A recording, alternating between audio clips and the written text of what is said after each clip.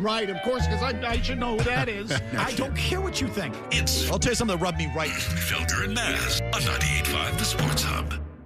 Some thoughts on Vrabel and some developments as well. I don't know how important the developments are, but we'll give you what we got. First of all, I want Dondero's opinion on the whole. I guess the development is that, Dondero, you think Mike Vrabel's never going to be the same? I'm worried about that. Yeah, I Why? think I just think the track record of head coaches that have gotten involved in wildly public scandals with women isn't good.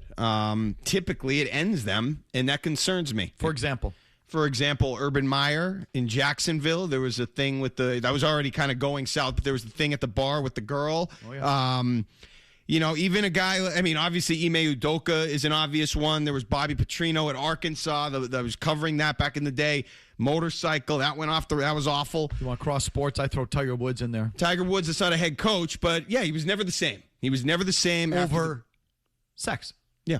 Over romance. I thought maybe your best example in your email was the guy who was here. Bill Belichick. Yeah. It was never the same after, this whole Jordan Hudson thing exploded. His football life changed significantly and not for the better. I think it's a bad sign. I don't think the odds are in his favor, and that concerns me based on where this team is. They're still trying to latch onto that upward trajectory even after last year's success. They're on the come up, or they're supposed to be, and I just don't like. And I'm worried. I'm also worried that we heard, I think it was Burt Breer was in here on the morning show, talk about how it's been different. Understandably, you brought up Tiger Woods. He was sort of neutered. He lost some edge, some swag, and I'm worried about that for Vrabel. Might not be the exact same guy, and obviously these things have, what's he dealing with in his personal life? I just don't like it. I'm not saying it's going to directly impact on the field. Like, we'll see it with our eyes, but I just don't like the trajectory based on this whole situation. The whole thing makes you uneasy as a Patriots fan. I don't know how it couldn't. It should. I mean, half the reason that they were so successful last year because of this cocksure attitude, the whole Mike Vrabel swagger that, permeated throughout the team. Is he going to come back and, be emasculated, humbled, and be a completely different guy? Like, how is that going to look? I think that's a fair question to ask and to be concerned about it. I like Dondero's next paragraph. I like this. Can I read it, or do you want to say it? You can read it. Dondero writes, I think Russini is in love with him. In other words, I don't think she, quote unquote, tells her side, she's going to try to bring down Vrabel and make things worse for him. I have no effing idea, but man, trips, tweets about mics and baby names, playlists, 6 years of frolicking. Feels like both of them were living more of a double life than just meeting up for sex, and that real feelings were involved. Okay. I'm with Mark 1,000% on this. Why is this? It's like a double life, full-on relationship. I think that they both have strong feelings for each other. You want to call it love, but this isn't some tryst where you're taking some floozy in the bathroom when you're out at dinner. Like, sure, yeah, and then we'll have one here, we'll have a quickie, and then we'll go to a cheap motel. It's not that. Also, they went to the Ambiente. The place is like $2,000 a night. Dondero says also, my advice, in quotes, has been the exact same as Mike's, meaning mine. Yep. 6 years messing around? What are we doing trying to repair that with counseling? Go ahead, your chance to expand. Why is it important to the story that Russini is in love, or they might be in love? Well, I just think based on the speculation and in the intrigue that we haven't heard from her, I don't think she's going to try to bring him down or get revenge or stick it to him or anything like that. I have no idea. I just think she genuinely cares for the guy based on everything we've read and what's been covered, and that she's not going to want him to fail. And the other part of this, which I think is relevant, the fact that there are strong feelings, or allegedly some strong feelings involved, I think impacted the way the Patriots managed this situation. If there weren't as many strong emotions, he could have told the truth, and this could have been done. I mean, do you see you just talked about the video off the air, Jim, at the season ticket event. They gave him a standing ovation. Okay, but why? Well, they were prompted to give a standing ovation. By who? Our very own Scott Zolak. Is that the case? Okay. My point is, though, people will forgive you. So good. I think they care about football and not as much about what goes on in people's personal lives. And if you were just honest, you would have cut the legs out from the story. But I think he was trying to protect not just his family, but Russini, because he cares about her. And that sort of, in doing so, gave the story more life, more oxygen. And now here we are still talking about it. Make it more complicated? Yes. And makes it potentially more, I don't know, tricky going forward. Yeah, and it puts the football operation more at risk because it's still relevant. So I just found that interesting. I mean, I do think the playlist, in some weird way, might cut deeper than just having sex in a motel room. You know what I mean? Like what's more intimate and thoughtful? Oh. Putting together a playlist, as bad as it was. Taking the time to put together a playlist for someone to help pick them up emotionally with it's typically the move of a lovesick teenage boy or teenage girl too. Or banging someone in a hotel room. What's a more intimate, like, couldn't you see? So to make a playlist takes time and thought. I mean, like, for men and women are wired differently. As a man, it's like, we want sex in the motel room. Like, that's nothing better than that. But can't you see some women saying, like, almost getting more upset at the playlist than the sex? Yeah. Well, you also made a play. I understand you've been carrying on with her, like you've been having sex, but you made a playlist for him too? Thought, time, and effort go a long way with women. So yes, that playlist takes all of those things. In this case, it would be the husband. I don't know if the husband's like, playlist? Yeah, who gives a crap? My wife was banging him. Like, that's what I'm worried about. Yeah, correct. But like some people are kind of wired even just the other way. It's like, it's almost, that playlist is almost more intimate and thoughtful and signals something deeper than just the carrying on. You know what I mean?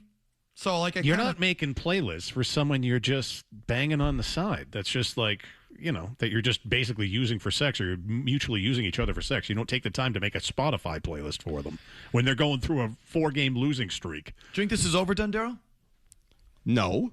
No, I don't think it's going to be over until the football operation proves it's not affected, and that's going to take a long time. So Matt Canada is the CEO of Pro Football Sports Network. I don't even know what that is, okay? But he's someone. He has a blue check mark. I don't know what that. I don't know how much that matters. That doesn't mean I don't know what that anymore. means nowadays. But I don't know exactly who this is. But it's just this is what he tweeted, and people have read it. So I don't think he's Harry Schmedlap. He's followed by Bedard, Taylor Kyles, covering the pads for CLNS Media, on our own Joe Murray, so he's going to have some sort of clout. Okay. He writes, as someone who used to work in public relations and often dealt with crisis communications, I see this whole Russini-Vrabel affair resulting in Vrabel resigning. It's going to be hit after hit after hit, and then there will be one bombshell that makes it all spill over the top.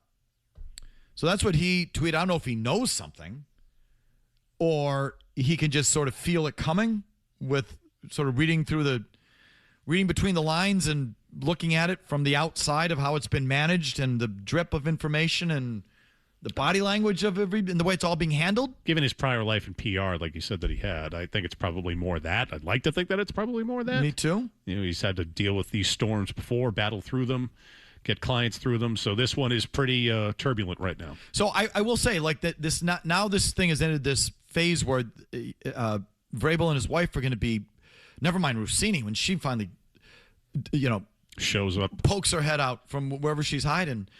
This has now entered the phase where, like, the jackass with the camera phone is following you through the airport with the questions. And as I said yesterday, this is like, I say that I feel bad for him on this one, and I don't. I think people who lie and cheat make their bed and they have to lie in it. And that's just, if you don't want to be followed by TMZ through the airport, don't lie and cheat and then continue to lie about it. It's very simple.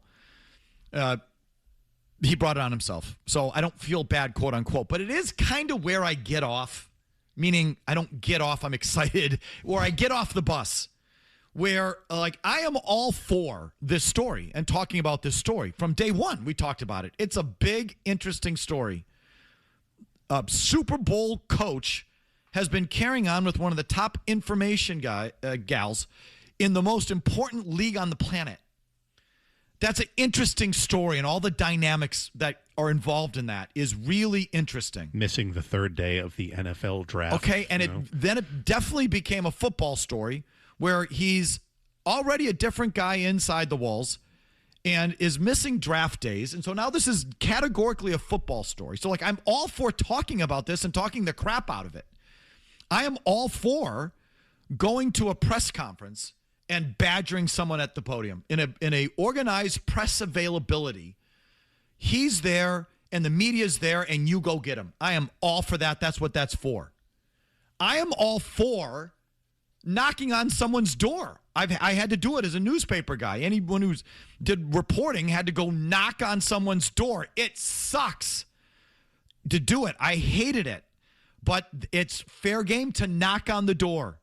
It's fair game to see someone that you're covering, or there's this big story, walking through the airport. And I think it's fair game to approach that person and say, Mike, do you have a minute? I want to ask you a few questions about the Russini story. I'm coming from the Boston Herald. I'm coming from TMZ. And I do have a second to talk about it. I think that's fair game.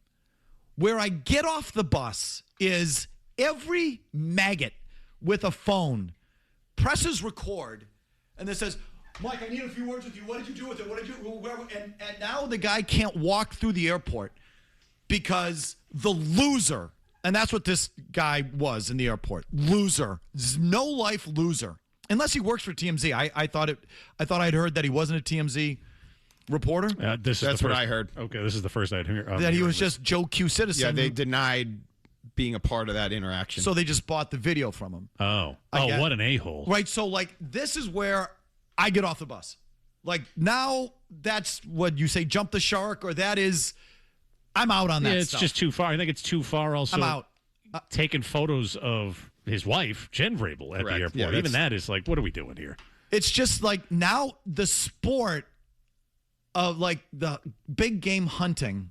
And no, it's gotcha culture is what it is. The sport of Mike TMZ, did you have sex with Dianna? Mike, we need to know, do the Patriots have your Mike? And now you're chasing the guy through the airport.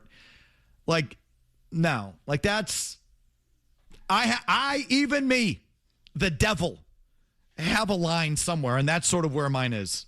Like it's all, I think it's cool to walk up to someone or part of the job, and should be part of being a public figure, to have someone, a media person. I would prefer like a credentialed, like legit media person. So like a full-time TMZ reporter qualifies to walk up to you without the camera on and say, do you have a minute? Like that's fine. Or even if you want to have the camera on to start and he says no, then you turn the camera off and like that's it. That's sort of my line. And so like where we've entered it now, I don't like it. I don't like it. I don't feel bad for him. I'm with you with that on that 1,000%. You know what I mean? Like yeah, these just freaking losers. Joe Schmo slob that just has his phone and putting it in your face. Like freaking loser. Yeah. With his phone. The losers, but if you're, I mean, it sort of speaks to the level of success and, that he's had. He's a celebrity coach, it's Super Bowl. It's where the story went. Yeah. It's where the story went. And it wasn't just his actions initially. It was the approach of denying and trying to turn it around on people, and boy, just really giving the Post exactly what they wanted. The Post had stuff on them. Maybe they still do. And they're just letting him dig a grave, because every time Vrabel denies it, the impact of the next release of photos has more weight. And Vrabel learned that, really tough lesson in week 1. I don't know where it's going now, but the thing about chasing these guys now through airports with phones, it's, I'm out.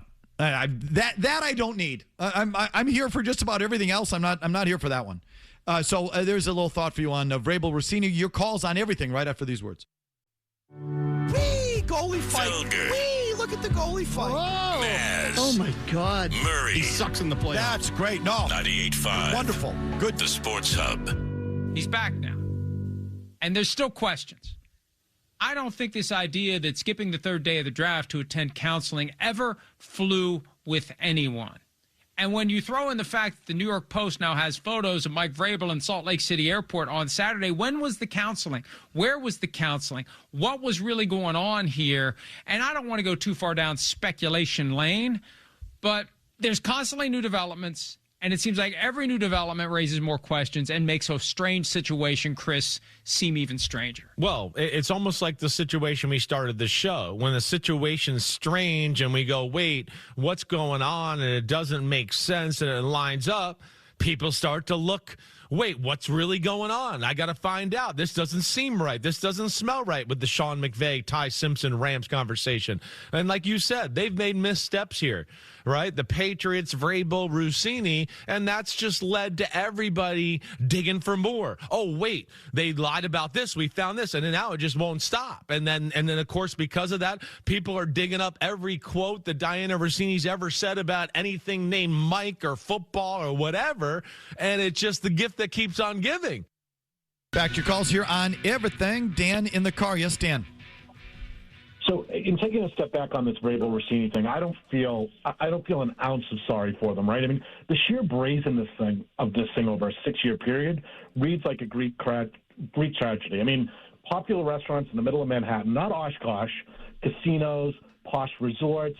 Dare I say these two are looking to get caught? And the piece de resistance came out over the weekend where, in Arizona, you're compelled to help your paramour in being the bait for a rival media member's pool party, trying to pull away in front of all of the owners, particularly the owner of the Titans, who's probably as embarrassed as a human could be because she fired a coach that ended up in the Super Bowl a year later. You reap what you sow, baby. They flew way too close to the sun, and their wings melted. Yeah, I'm with you. I've said it over and over and over again. Lying and cheating and all that, it's the human condition. We're all imperfect. We all make mistakes. It doesn't make them the worst human beings in the world. I'm not saying throw them in jail. I'm not saying they're bad people.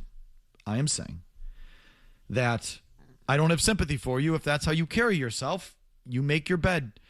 If you don't want to get wrapped up in this, don't lie and cheat. It's just really pretty simple. And so... Yeah, if either of them and Vrabel's feeling burdened by this right now, you reap what you sow. You brought it on yourself. So I also remember back in December when there was the Stephon Diggs and Barmore incidents, and he was asked, does this disappoint you, this distraction? He was like, not really. Yeah, that was an odd thing to say, and I just wonder if maybe, part of that came from he knew there was the potential of, he's doing something that he knew if he got exposed, if he NFL reporter, if he sort of pounds the moral high ground on that, it's very easy for someone who knows to go, oh, really, Mike? Yeah.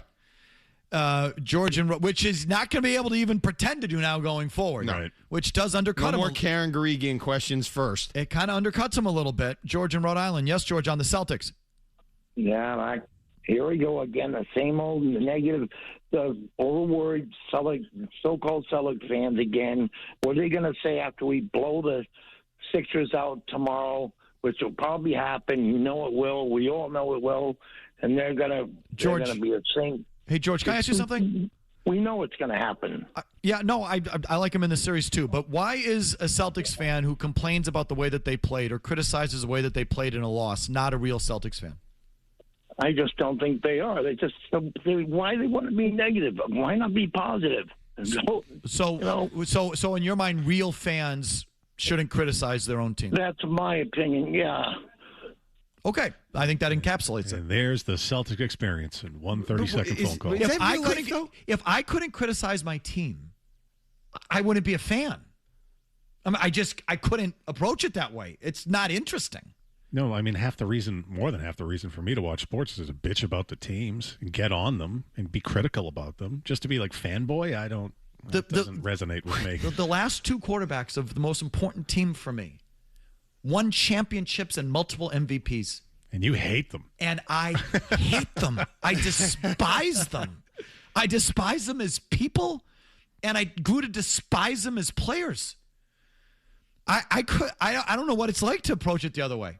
I challenge that guy that just called to think about some of the interactions he has with his friends and other fellow fans. Is that all you do? Talk about, right? Hey, this guy is so good. That guy is so great. I can't believe how good this coach is. You never talk about anything negative or bitch about what's bothering you about that's not what people do. It's foreign to me. That I know. Scott in Plymouth. Go ahead, Scott. Hi, I do not want to follow that call. Because I am a pure Celtics fan, and all I do is bitch about them and criticize them, and their shots and the shot selection, and Tatum bitching too much, but I love him to death. But the real reason why I'm calling, thank you for taking my call, is Vrabel. Obviously we feel terrible about the families. He, gets what he gets. He has been doing this for 6 years. What's your take on the Crafts and the ownership on it? Because their history, I wouldn't say they're really known for, not having indiscretions themselves. So I'm Scott, curious what you guys feel about. I did a half hour on this yesterday. Go listen to the podcast. I won't do the whole full 30 minutes again. But he just did it. The reason they don't like it is what you just did, which is, how do the Crafts feel about this? Because it's not exactly like their hands are clean either. So what you're talking about is Orchids of Asia. So this is why Robert Kraft hates this story. When he's trying to get into the Hall of Fame. He's trying to get into the Hall of Fame. He thinks some people hold Orchids of Asia against him. It's a major embarrassment to him. He's like, enough already with the Orchids of Asia. He hates when it's brought up, and who can blame him? He hates it. But every time one of his players or coaches runs around with his pants off, which tends to happen a lot around here, and whether it's like pink bag of drugs or Mike Vrabel with the 10-year, 6-year affair, however long it is, people immediately go, well, the Orchids of Asia. So that's why Kraft doesn't like it. I think there's a part of him that likes it. And the part that likes it briefly, likes it because this puts Mike Vrabel in check. It holds him in check. Now, Kraft has something on him. And what I mean by on something on him is, well, next time he's up for a contract or next time he's trying to carve out more control in the building, Kraft gets to say, listen, Mike, I had your back on this thing. You cost us some equity with the way you carried yourself there. You lost us some brand equity, and we took a hit. So why don't you just relax, okay? I'm going to pay you what I want to pay you, and Elliot is going to make this pay. I mean, you know what I mean? Yeah, it's all of that. He's got more power now. Yeah, I disagree with that. I just don't think at this stage he should be worried about being able to keep him in check. He's trying to win. If you look at John Henry, you see how everything is turned on its head for him. Everybody doesn't like him. I'd be trying to win and kind of stamp home my post-Tom Brady resume with Mike Vrabel. I wouldn't be worried about keeping him in check. I understand your Orchids of Asia point. Crafts, then. Crafts. You don't think the Crafts grew to hate the fact that Bill Belichick ran their building? And they had to different. And they had to pay him through the nose to do it? No, and he was an a-hole on top of it? That's different, though. They're trying to. Why is it different? Because they're trying to, I would think, reestablish that their ownership is the ultimate asset. And after Tom Brady, it's okay. We still win. We can still get to the highest level. I don't think they want to have to answer to another head coach and pay him through the nose. All right. I think they feel they had to answer to Bill Parcells. When Bill started winning at a high level, they spent over a decade having to answer to that a-hole and pay him through the nose. And I think they're leery of any head coach who gets too much power. And that's what happens with these NFL coaches. They get, I keep butchering the word, megalomaniac. Yeah. They get, big for their britches. Incubus. I'm sorry? It's an Incubus song. Oh, I don't know that. Okay. I thought, who was it, MacArthur or Patton, who denied orders, who rejected his orders and just went and conquered anyway? I'm butchering U.S. history, but it was one of them who basically told the president to go F yourself, I'm taking Korea. Or whatever it was, I'll piece it together. I'm sorry, I know I have it wrong before you send me the angry emails. Please, don't get angry. Don't get angry. I'm telling you up front, I'm not sure exactly who I'm referencing or the historical thing I'm referencing. I don't know, but it's something like that. Or they had to fire the guy because he just went in and did it anyway. Not following chain of command is what you're talking about. Yeah. So listen, go ahead. MacArthur publicly challenged, defied Truman during the Korean War. So you were pretty much on it. Right. Like, Truman's like, don't do that. He's like, F you, I'm going to do it. And like now that Truman's got to just like, none of these owners, I don't blame them. On one level, the coaches get to be their egos and their demands and their quest for power and never mind salary get crazy.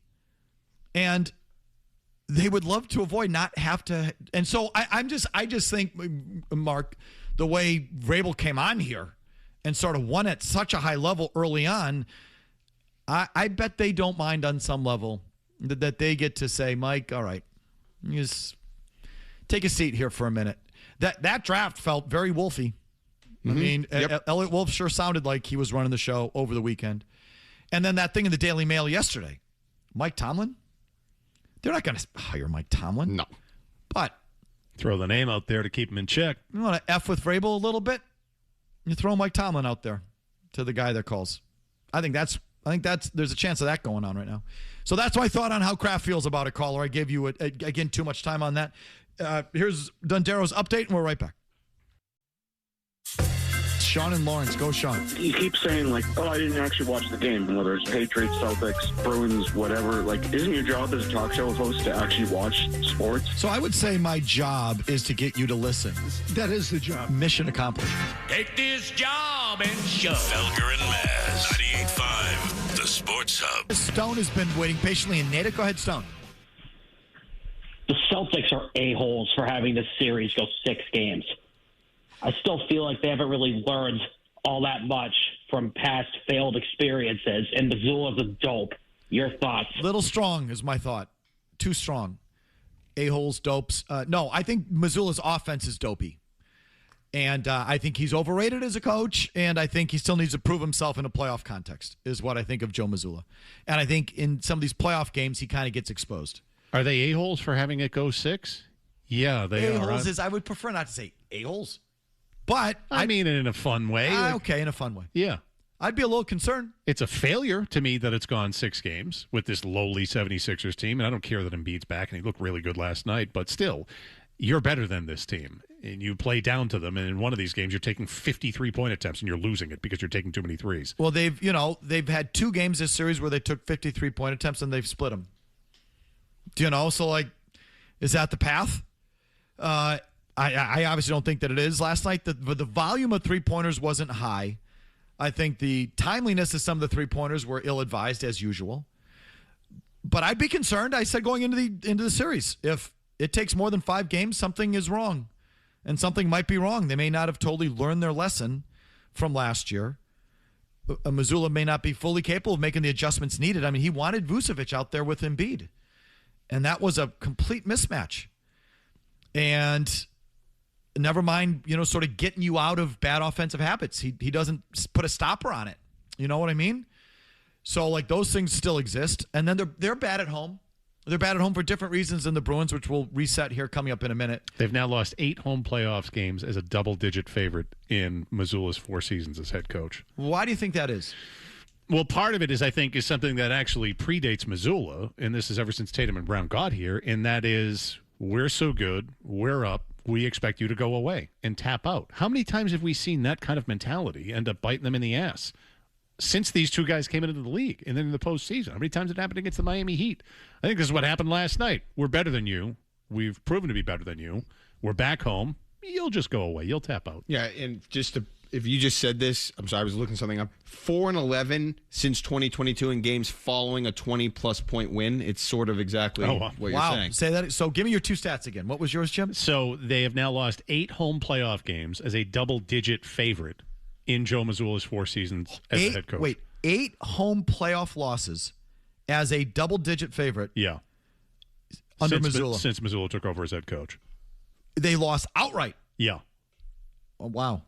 And what was yours? The one I came across, since 2022, they're 4-11 in the game following a postseason win of 20-plus more points. And that one speaks... Following a 20-point victory. Yes. Yeah, that speaks more to what I'm talking about. Again, and that predates Missoula. We're better than you. We know we're better than you. We just kicked your ass.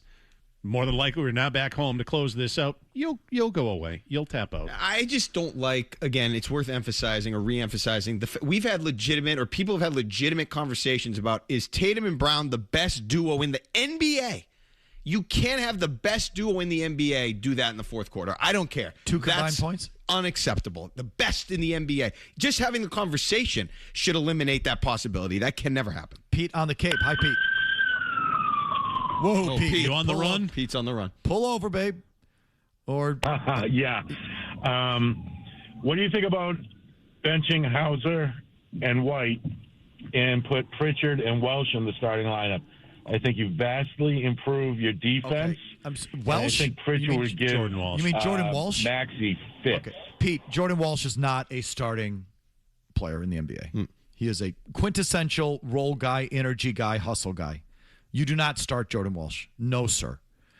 What was the other one? Pritchard. For Derek White. Yeah. You might have the way Derek White's shooting. You might have more of a case on that one. But like people were complaining that Pritchard didn't get the minutes last night.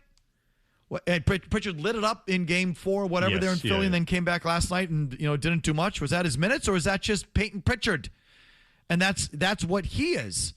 He's that quintessential guy that heats up one night and then isn't the same guy the next night. So, Sam Hauser minus 21. Ooh. There might be a case there for Sam Hauser. I'm not going to argue with you on that one. How about Rich in Raynham on Mike Vrabel? Yes, Rich. Hey, man, just real quick, where do you guys think we would be on the Vrabel thing if day one he would have just owned up to it? And then where do you think we would be if it oddly came out that, like, they had a weird open relationship, the Vrabels? So it would change the story if they had an open relationship, but if they had an open relationship, the last 2 weeks wouldn't have happened. And if the both of them didn't put out defiant... he wouldn't have denied it the way he denied it. Yeah. He wouldn't have apologized in the fashion that he apologized. He wouldn't have admitted that he was seeking counseling. He wouldn't have said at the press conference that my past actions have not lived up to my standards. He wouldn't be walking around like the hung dog look. You know what I mean? Like he wouldn't be this moping around the place for the last few weeks. Neutered, mopey guy that apparently he wouldn't. If it was agreed upon, we wouldn't be here. So, like, the way this has gone and the way he's carried himself answers that question. Yeah, but if both Vrabel and Russini didn't put out their defiant press releases, kind of cop to this would be over. It'd be I don't know if it'd be over, but it would be much, much less. Wouldn't be this. They wouldn't be getting harassed at the airport. The big bombshell, let's face it, was that a week or just over a week after the original photos, the photos from 6 years ago in that bar. Right. Correct. Yeah. If I had to guess, someone was sitting on those photos. If Mike Vrabel, on the very first day, admitted to it, and he didn't even have to like fully admit it, but just throw himself at the mercy of everyone on day one. I've made mistakes. I have a problem. I'm seeking treatment. Then the impact of those photos from 6 years ago loses so much steam, doesn't it? Oh, totally. 100%. Because it's over. Yeah. That's right. Take questions, face the heat, answer them honestly. It would have been over. As honestly as you can, do as close as you can to a full mea culpa, a full admission. Yeah, like I thought a good example, different situation, but Rick Pitino in 2009. Remember the Italian restaurant? Oh yeah, we've been over it. He was asked, like, did you have sex with this woman? He said yes, quickly. But he didn't. But he didn't. He also was still weaseling around. I want to apologize for that indiscretion 6 years ago. He was honest. That's when it came out because of the extortion case. But he was honest. And he, for the most part, went away. There's even better case. Like, didn't David Letterman come on his show one night and open up by saying, "I just got to let you all know that I've been having an extramarital affair, and but he copped to it. I figured, and I've been cheating on my wife, and right now I'm being blackballed, and there's no way I'm going to get blackballed. I'm going to let someone else dictate my story. So I just want to let you know, blackmailed. Yeah. Thank you." That I've been cheating and I've been having an affair on my wife. Yeah, I think he opened the show with it. Yeah. It's like, so once you open with that, then what else does anyone have on you? Yeah, right. All those people have lost that power that they have over you. I admit it. Yeah, you got photos? Yeah. Well, I told you 2 days ago I've been doing this. So if he had done that, then yes, the week after, the big one was that second round of photos in the Post. It took it to another level. Right? Didn't it? The Post wouldn't have had that power on him. I think they kind of played him. I think they were sitting on him. I think they were stringing this along. Let's see what he does. Oh, he's denying it. He's calling it laughable. Good. Even better. Wrong bear to poke. But we're missing the whole point of everything that's gone on here. I've been blackmailed 7 months ago. Blackmailed. Not blackballed. That's that's another thing entirely. I want to tell my extended family, which is all my players, that I'm sorry for that indiscretion 6 years ago. So it wasn't a full. Sorry for the indiscretion 6 years ago. But I mean, that's when it happened. I understand. It went away for him quicker than it's going to go away for Vrabel, certainly here. Anyway, long commercial-free segment is next. If you tell the truth, your problem becomes part of your past. If you lie, it becomes part of your future. Felger. Shush. Maz. The Sports Hub. Pass along the near side to Krebs, trying to regain entry. They turn it over there. Hampus Lindholm's got Pasternak going long. Steps in and scores! Pasta on the breakaway with the overtime game winner. And we're going back to Boston. We'll just reset some of the takes we had coming out of the game. One is Pasternak. Pasta. You did it. You fell into it. Pasta. Finally got one. After all that cherry picking and floating around at the opposing blue line, this time I know he didn't fly the zone. He came off the bench on the long change. I know. I was watching. But be that as it may, behind the defense, stretch pass, floating at the other blue line, all the times he's done it, all the times it hasn't worked, all the times it's resulted in goals in your own net. This time it worked. It extended the series. Congratulations. He got one. Great. I'll take it. We also talked about Jeremy Swayman, sort of walking the walk, talking the talk.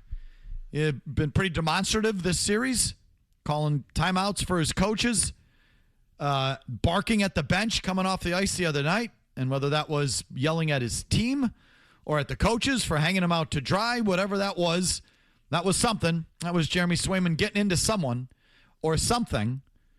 And then he goes out and was terrific last night.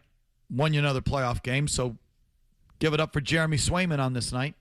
Happy to do that. But the thing that really interests me is now coming home. And how... Gee, I wonder what it's going to be like in that building. The Bruins players are already afraid of you. You're already in their heads. Why have the Bruins been such a bad home team in the playoffs the last several years? Why? And as I said to you before, a big part of the reason is you. And I frankly love you for it. But the Bruins fan is an angry fan, is a frustrated fan, is a fan that is not afraid to express that frustration and express it early. And we've seen it so many times. I was in the building, as a lot of you were. I'm not like bragging or anything. I just, as an example, Game 7 against St. Louis. Oh, you could feel it before the game even started, Mike. Tight. And that's just, a glaring example, but there's a million of them for a home playoff game, and they go 0 for their first power play or 0 for 2 on the power play in the first period. You can already feel it. You can already feel the angst and the frustration and the grumbling. There's this low grumble, this low murmur in the building. I'll go even back further. When they ended up forcing the Game 7 against Carolina in 2009, same feeling and going into the overtime. And then people threw stuff on the ice when they ended up losing that game, too. So you are an angry fan base. You are a frustrated fan base. It doesn't take you long to get frustrated. You express it. It is felt. The team feels it. This is a team that wants to choke in its own right. They don't need your help, but you help. And I've long felt this way. I mean, they've lost their last 8 home playoff games. Do I have that right when I say right. that? Yeah. They've lost their last 8 home Well, playoff wait a minute. You said without the Toronto thing. Taking out Toronto wins? Yeah. Well, they won one against Florida. They've lost 7 of their last 8. They've lost. Well, no, they beat Florida, if you can believe it, in game 1 of one of these series. So it might be. I promise to keep showing up these numbers, and I guess I haven't. 3-10 in their last 13 home playoff games. That's right. You had it earlier. Jay Stu said you were right. 3-10 in their last 13 home playoff games. You're right, Mike. You're right. If you take out Maple Leaf games, 19-26 since 2014. 16-29. 16-29. When did they beat Florida at home? I thought they won game 1 of 2023, game 1. Yeah. Okay. And then it was all over from there. Well, they did win a home game against Toronto. Taking out the Toronto that's what games. you were doing. You're taking out Toronto. Anyway, you suck at home. Yeah. Well, how do you fix it? Why? Do you fix Why it? do they Who's suck? to blame? It's you. Who's to blame? Not the fans. And I don't blame you. It's how you're how a sports fan should be, which is exacting. And so, but I've always known this. I've always felt it. It was confirmed last night. Listen to David Pasternak in his post-game interview with, I guess this was Nesson, but go ahead, Jimmy, pick it up. Huge win, and we're bringing back to Boston. We have a big game to play at home in front of our fans, and happy we're going back. Yeah, what does it take? What does it say about the team, the resiliency to bounce back after a loss like Game 4 with your backs against the wall? Yeah, it was all our focus to get the series back to Boston, to show our fans again. We're not going to quit. We never quit. We didn't quit the whole season. We love each other. We're going to battle till the last drop, and we all know what happened last game at home, so we wanted to bring it back. Yeah, message to the fans going back to Boston now? Just be loud, please, and be patient. We're going to shoot the puck, don't worry. That last line, please be patient. Don't be angry about Sunday where we're down 4-0 after the first period, please. Talk about something I've never heard before. Like I said, we've watched a million walk-off interviews with a million athletes over the years, win a big game, and now they get set up for the next one. Bart Scott beating the Patriots in the divisional round. Now you're headed to Pittsburgh for the AFC title game. How do you feel about that, Bart? Can't wait. Or, we're coming home. Let's go. You've seen that all the time. We can't wait to get in front of our fans and have them carry us to victory. Like the David Pastrnak. Guys, please be patient. We will shoot. I've never heard that before. Be patient. We're going to shoot the puck. Don't worry. Don't worry. But it's like so in their craw. He went there. He wasn't even asked when he said, now we got a big game in front of our fans. And then he is asked about, we have to show our fans we're not going to quit. The way they played in that game the other day was so bad and left such a mark on them that, they have it in their heads that they have to come back and perform for you. Well, yeah, and Pasternak's been here over a decade, right? So he's played in enough of these where that building he can feel it and like, oh God, they're making them mad again. Don't wait. Just don't wait. Please be patient. We're going to shoot because half that crowd. Shoot the puck. Yeah. Shoot it. Faster, shoot it. Be patient. We're going to shoot the puck. Don't worry. But, oh, my God. So why are they so bad at home? I think partly because they're fighting their own crowd. And, again, I don't blame you. I can relate and appreciate and am more entertained by the Bruins fan point of view than the Celtics fan point of view, who's never had a bad day. And even when the Celtics lose a big playoff game, they chant, let's go Celtics on their way off the floor. The baseline for the Bruin fan, especially come postseason, is how are they going to F us? And as soon, 10 minutes into the first period, they got 2 shots on the board and they went 0 for 1 on their first power play. That's the feeling in the building. They're effing us again. And you can feel the murmur and the grumbling. You can just feel it. And they get on the power plays. I shoot the puck! And the Bruins are like, guys, okay, we'll shoot the puck. Please just would you get off our backs for a second? That's the home crowd. Celtics thing is just different. They lose a big playoff series on the way off the floor. Let's go, Celtics. The Bruins fan throws crap on the ice and almost gets arrested. It's a totally different experience. And I think they both kind of work against their team. I think part of the reason the Celtics have struggled at home is that they get a false sense of security because it's just dancing in the aisles and confetti cannons and T-shirt contests and wee, JT for 3, wee. And it's just everyone's having such a grand old time, they lose focus. The Bruins, it's just the opposite. It's like, oh my God, we're sucking already and they're booing us already. And it's like, so I'm fascinated. David Pastrnak kind of called you out, kind of in his way. Can you playing Little League at 12 years old and your pissed dad is like, you can feel him. Yes. You can feel him. Good. Yes, exactly. Don't strike out. Yes. Don't strike out. Yes. Like, he's here. You can already feel your old man over your shoulder. Don't strike out. What I tell you, eye on the ball. Strike 3.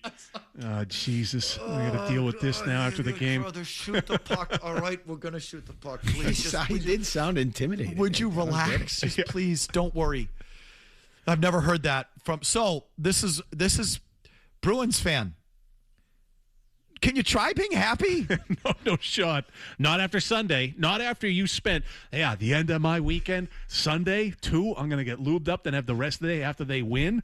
They're going to beat this 4-0 after the first period. You ruined my Sunday. I spent all this money, this time for you losers. Now I got to come back Friday night. I'm going to start the beginning of my weekend with you, mother. Don't you F up my weekend. Like, they're going in there. They're going in that night, Friday night, start of the weekend. They better not F my weekend. How are they going to F with me tonight? But can you try something else? Fake it. Fake it. I don't know if you're not. Just try it. Again, not when your baseline is pissed, and then you add alcohol to that, and the Friday night aspect of it, too. Be enthusiastic. No way. Be encouraging. No shot. Be supportive. Never. Try it. Can you try it? Just fake it for a night. So that's the backdrop of the Bruins returning home. Your calls, Vrabel, Celtics, Red Sox, Bruins, whatever you want. Couple open lines at 617-779-0985. Right to you after Dondero's 90-second update. No commercials.